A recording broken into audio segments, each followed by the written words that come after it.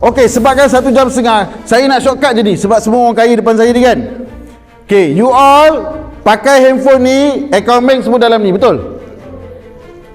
Kalau ada duit sekarang, pergi beli satu lagi phone. Kalau ada duit sekarang, ada duit, saya tahu memang ada. Beli lagi satu phone, semua account bank letak phone itu. Jangan letak dekat phone kerja, jangan. So, kata, tuan, pinjam dulu tuan Ini, dalam ni khas untuk account bank saja. You all letak you punya account dalam ni, so nak pakai baru on, tak pakai tutup. Kalau ada call masuk jangan layan, sebab ni account bank, tak ada siapa nak call. Kalau call tu scammer lah tu. Ada mesej jangan layan. Sebab kita dah tahu account ni khas, handphone ni khas untuk account bank saja. Spend sikit duit, jangan beli mahal-mahal, tak apa. Jangan yang mahal.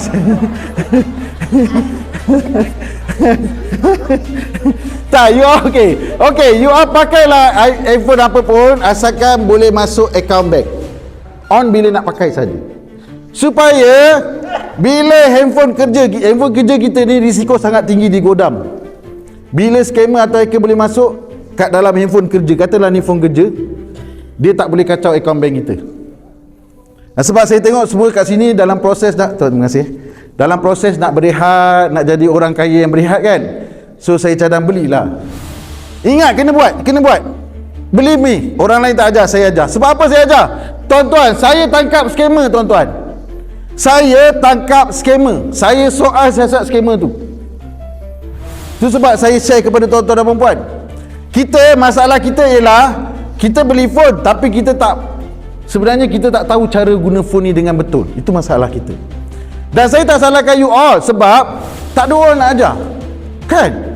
Kita orang ajar, kita dengar. Okey, saya nak tunjuk satu situasi. Katalah kita nampak duit daripada account bank kita keluar RM50, besok RM50, besok RM100. Apa yang you all akan buat? Saya nak tanya KWSP punya officers. Apa yang you all akan buat? You call bank kan? Saya nak tanya, kalau call bank berapa jam lepas tu dia angkat? Berapa jam? Lama kan? Dah lah tu kita telefon tu nanti kan dia tanya balik, sila tekan 1 untuk Allah. Aku nak cepat ni duit keluar ni. Kiramat ajar trik dia, trik. Saya bagi contoh Maybank. Semua rata-rata ada Maybank kan? Kiramat tunjuk trik ni You all buka apps Maybank tu, cuba buka. Saya tunjuk sekarang.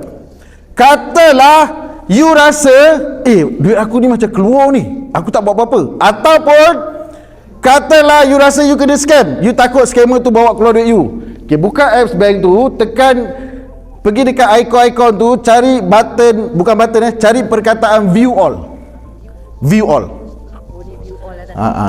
Tekan view all. Okay, scroll kat bawah sikit je, cari button kill switch. Saya rasa semua orang pun tahu kan. Saya nak mengingatkan you all,